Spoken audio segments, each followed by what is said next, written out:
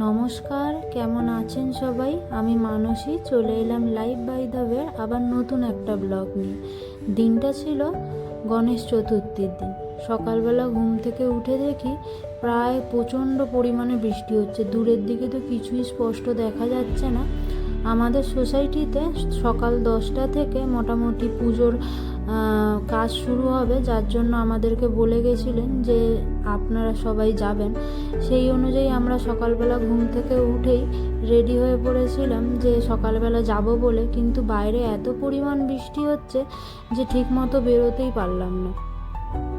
তাই যখন বৃষ্টিটা মোটামুটি একটু কমে এলো, প্রায় তখন বাজে, অনেক দেরিও হয়ে গেছিলো, বাজে তখন প্রায় 11:30 থেকে 12টা মতন। বাইরে বেরিয়ে গিয়ে ঘুরে এলাম, দেখলাম যে পুজোর কাজ মোটামুটি হয়েই গেছে। এবেলা ফটো তুলে রাখিনি, কিন্তু রাতের বেলা আমরা আসার সময় গেছিলাম একটু বাইরে, আসার সময় তখন তুলে এনেছিলাম, ভিডিও করে এনেছি। অবশ্যই লাস্টে তোমাদের সাথে শেয়ার করব। খুব সুন্দর হয়েছে।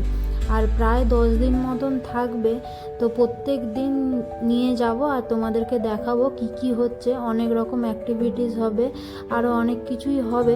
সব কিছুই তোমাদেরকে দেখাবো কেমনভাবে হচ্ছে আমাদের সোসাইটির এই গণেশ পুজো। তো ছিল গণেশ চতুর্থীর দিন।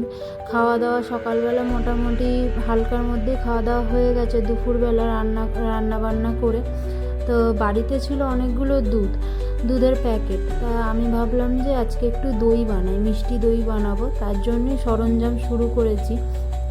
অ্যাকচুয়ালি মোবাইলে একটা অফার চলছিল, 4 প্যাকেট দুধ নিলে আর 4 প্যাকেট দুধ ফ্রি একটা অ্যাপের মধ্যে। তো সেখান থেকেই নেওয়া হয়েছিল। তো এতগুলো দুধের প্যাকেট কি করব, যার জন্যই ভাবলাম যে একটু ট্রাই করে দেখা যাক কেমন হয়। অনেকেই তো বানায়, আমিও মোটামুটি নেট ঘেঁটে, মোবাইল ঘেঁটে দেখলাম এই পদ্ধতিটা বেশ সহজই আছে।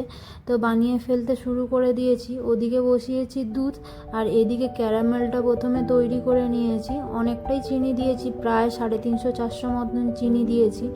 ক্যারামেলটা তৈরি হতেই গরম দুধটা, ওইদিকে যে দুধটা ফুটছে ওই দুধটা অল্প অল্প করে দিয়েছি। এদিকে দিয়ে ভালো মতন নেড়ে নিয়েছি, একদম ক্যারামেল আর দুধ একেবারে মিশে গেছে ভালো করে।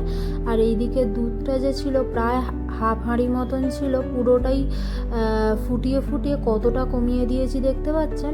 ওইটা পুরোটাই যত জিনিসটা কমিয়ে দেবো ফুটিয়ে ফুটিয়ে জিনিসটা নাকি ভালো হয়, যার জন্য ওইদিকে তো ওইটা তৈরি হচ্ছে। আর এইদিকে আমি অল্প করে নিয়েছি টক দই নিয়ে ভালো করে ওটাকে ফেটিয়ে নিয়েছি। আর এই যে মাটির হাঁড়িটা দেখছেন, এটা অ্যাকচুয়ালি নিয়ে এসেছি এই দই বানানোর জন্য। এটা আমার কাছে ছিল না। তো আমরা যেখান থেকে গাছ কিনে এনেছিলাম, ওখানে আমি যখন গেছিলাম তখন আমার চোখে পড়েছিল এইরকম মাটির ভাঁড়। তো আমি সিদ্ধার্থকে বললাম যে একটু যদি দই বানাই তাহলে আমাকে একটা মাটির হাঁড়ি এনে দেবে। বললো ঠিক আছে। তো মাটির হাঁড়িটা নিয়েছিল 200 টাকা, আমাকে এনে দিয়েছিল আগের দিন এনে দিতে ওটাকেই আমি ভালো করে ধুয়ে একদম শুকিয়ে রেখে দিয়েছিলাম, কারণ মাটির জিনিস তো আর ওদের কাছে অনেক দিন ধরেই রয়েছে, ময়লা একটু পড়ে গেছিলো, যার জন্য আমি ভালো করে ধুয়ে ওটাকে শুকনো করে নিয়েছি। করে নিয়ে এই যে এদিকে এবারে ভালো করে টক দইটা মাটির হাঁড়িতে লাগিয়ে নিয়েছি। আর এদিকে চেক করে নিচ্ছি যে দুধটা মোটামুটি ঠান্ডা হয়েছে কিনা। দিয়ে ওই দুধটাই একটু টক দইয়ের মধ্যে মিলিয়ে ওটাকেই আবার দুধের মধ্যে দিয়ে দেবো। দিয়ে ভালো করে হাতা দিয়ে ভালো করে ঠান্ডা করে নিতে হবে। করে নিয়ে বসিয়ে দিলে এক সাইডে একদম ভালো করে, আমি তো ঘরের এক কোণে বসিয়ে দিয়েছিলাম একদম তাওল, বিছানার চাদর, বাড়িতে মোটামুটি যা ছিল সব চাপা দিয়ে একদম গরম জায়গায় বসিয়ে দিতে হবে, জিনিসটা ভালোভাবে যেন হয়। এদিকে তো আমি গণেশ চতুর্থীর দিন মনে হলো একটু বাড়িতেও কিছু বানানো যাক, কারণ ইচ্ছে ছিল এবছর গণেশ ঠাকুর নিয়ে আসার। তো গণেশ ঠাকুর সেইভাবে আনা হয়নি, একটু পার্সোনাল কিছু প্রবলেমের জন্য। বাড়িতে তো তোমাদেরকে দেখিয়েছি আমার কাছে গণেশ ঠাকুর নেই, কিন্তু লক্ষ্মী ঠাকুর আছে, তারপর শিব ঠাকুর আছে, আর আমাদের মা কালী আছে। 3 জনে আমার বাড়িতে রয়েছে। তো ইচ্ছে ছিল গণেশ ঠাকুরটাকেও নিয়ে আসার, কিন্তু এত সুন্দর সুন্দর, তোমাদেরকে তো এর আগে একটা ভিডিওতে দেখিয়েছি, খুব সুন্দর সুন্দর রয়েছে, কিন্তু কিছু প্রবলেমের জন্য এবছর নিয়ে আসা হয়নি। ইচ্ছা আছে, দেখি সামনের বছর যদি হয় অবশ্যই ওনাকে নিয়ে আসবো। তো এদিকে বাইরে সেদিন তো মোটামুটি সোসাইটির মধ্যে ঠাকুর দেখা হয়ে গেছে, ঠাকুর সকালবেলায় দর্শন করে এসেছি একবার। তারপরে বাইরে বেরিয়েছিলাম টুকটাক আমাদের কেনাকাটি, কারণ এদিকে যেরকম গণেশ পুজো এগিয়ে আসছে, মনের মধ্যে একটু আনন্দও হচ্ছে। আর মাত্র 20-22 দিন মতন বাকি আমাদের বাড়ি যেতে। তো সেই জন্য এই টুকটাক কেনাকাটি বলতে বাড়ির লোকজনের জন্য তো সবই কেনাকাটি হয়ে গেছে, তোমাদেরকে দেখিয়েছি। বাকি রয়েছে শুধু আমি। সবার জন্য মোটামুটি কেনা হয়ে গেছে, পছন্দ হয়ে গেছে। এবছর প্রথম কিন্তু নিজের পছন্দটা হচ্ছেই না। আর মেয়েদের তো শপিং করতে জানোই অনেক সময় লাগে। তার মধ্যে এবার নিজের জিনিস নিজে পছন্দ করে নেবো, কীভাবে যে নেবো সেটাই বুঝতে পারছি না। এর আগে এতদিন মা থাকতো, মা পছন্দ করে দিত, কিন্তু এখন তো সিদ্ধার্থ আর আমি, তো ও অতটা সেইভাবে জানে না কেমন কি, তবুও আমাকে অনেকটা হেল্প করে যে কেমন কি কিনবো না কিনবো। তো ওটাই দেখছিলাম, লাস্ট বাকি ছিল আমার জিনিস, তো সেখানেই দেখছিলাম আমি যে কেমন জিনিস কিনবো। তো ওটার জন্যই সময় লাগছিল। এদিকে দেখলাম এসে ওই যেখানে এসেছি ওখানেই এর আগে 2-3 বার এসেছি, এই সেকশনটা চোখে পড়েনি।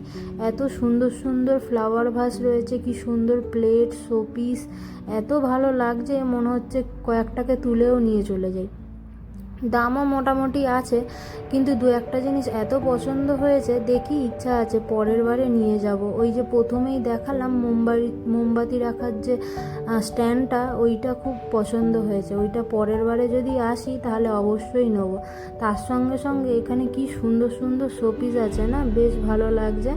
আর পাশে তো ফলস গাছগুলো রয়েছে, ওই যে আর্টিফিশিয়াল গাছগুলো, আরও বিভিন্ন রকম কৌটো রয়েছে, বিভিন্ন রকম কি সুন্দর কৌটো রয়েছে, বেশ ভালো লাগছে। এই সেকশনটা তো দেখিনি, তার মধ্যে দেখলাম এখানে বেতের অনেক রকম জিনিস, বেশ ভালো লাগছিল। এই যেটা দেখছি এটার দাম ছিল 1200 টাকা। স্টোরেজ করার র্যাক টাইপের, ভিতরে অনেক কিছু জিনিস তুমি স্টোরেজ করে রাখতে পারো, বিভিন্ন রকম কাপড় জামাও রাখা যাবে। তারপরে দেখছিলাম কি সুন্দর ছোট চা খাওয়ার ওই কাঁচের গ্লাসগুলো হয় না, আগেকার দিনে যেরকম স্ট্যান্ডের মধ্যে রেখে বিভিন্ন দোকানে দিত, ওইগুলো দেখছিলাম। তার সঙ্গে দেখছিলাম এই যে এখানে কৌটোগুলো, বেশ ভালো লাগছিলো অনেকগুলো জিনিস। ওদিকে তো অনেক কিছুই দেখা হলো মোটামুটি।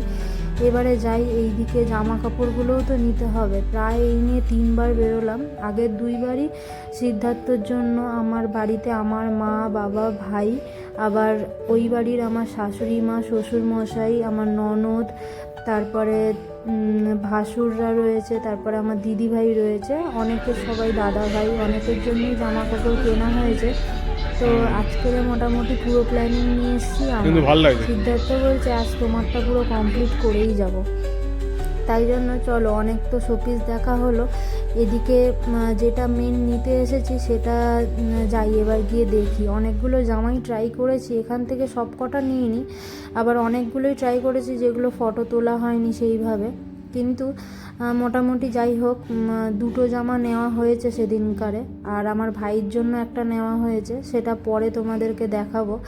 তারপর মোটামুটি বাড়ি চলে এসেছি। এই যে এইটা হচ্ছে আমাদের সোসাইটির গণেশ পুজো, কি সুন্দর লাগছে না। উপরে বিশাল বড় একজন গণেশ বাবা বসে আছেন, আর নিচে ছোট্ট একজন গণেশ ঠাকুর, ওনাকে পুজো করা হয়েছে, প্রাণ প্রতিষ্ঠা করা হয় এইভাবেই। কি সুন্দর লাগছে না, কি ভালো লাগছে দেখতে, কি সুন্দরভাবে বসে রয়েছে, যেন একদম রাজা মতন লাগছে। তো আজকের ভিডিওটা এই পর্যন্তই। যদি ভালো লেগে থাকে তাহলে অবশ্যই লাইক করো, আর কমেন্টে জানিও কেমন লাগলো। ভালো থেকো, সুস্থ থেকো, দেখা হবে এবার নতুন একটা ভিডিওতে। আজকের জন্য আসি।